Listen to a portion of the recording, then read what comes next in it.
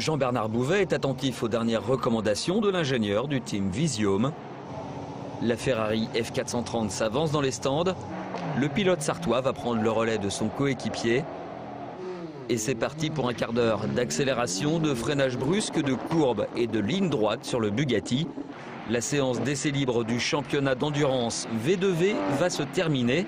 Un championnat qui pour la première fois fait étape au Mans. Troisième meilleur temps pour l'équipe.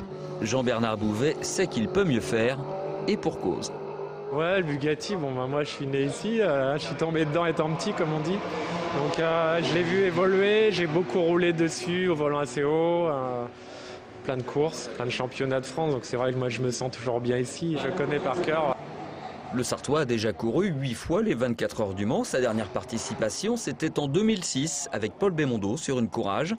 Il aurait dû revenir cette année mais n'a pas réussi à boucler son budget. Il faut dire que depuis quelque temps, les pilotes doivent payer un ticket d'entrée de plusieurs dizaines de milliers d'euros pour intégrer un team pour les 24 heures.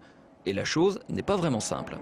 Aujourd'hui, c'est vrai qu'il n'y a pas beaucoup de places de disponibles, donc on est nombreux à vouloir les prendre évidemment, et c'est pas évident, quoi.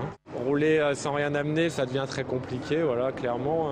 Après, il y a l'autre côté des pilotes usines, on va dire, eux qui sont évidemment salariés, mais c'est autre chose. C'est des pilotes professionnels. C'est pas facile en fait d'être un semi-pro, voilà, en gros c'est ça. L'objectif de Jean-Bernard Bouvet est de revenir l'année prochaine aux 24 heures. En attendant, le V2V est pour lui un moyen de reprendre contact avec les pilotes et les teams. Mais aujourd'hui, l'urgence, c'est de préparer la voiture.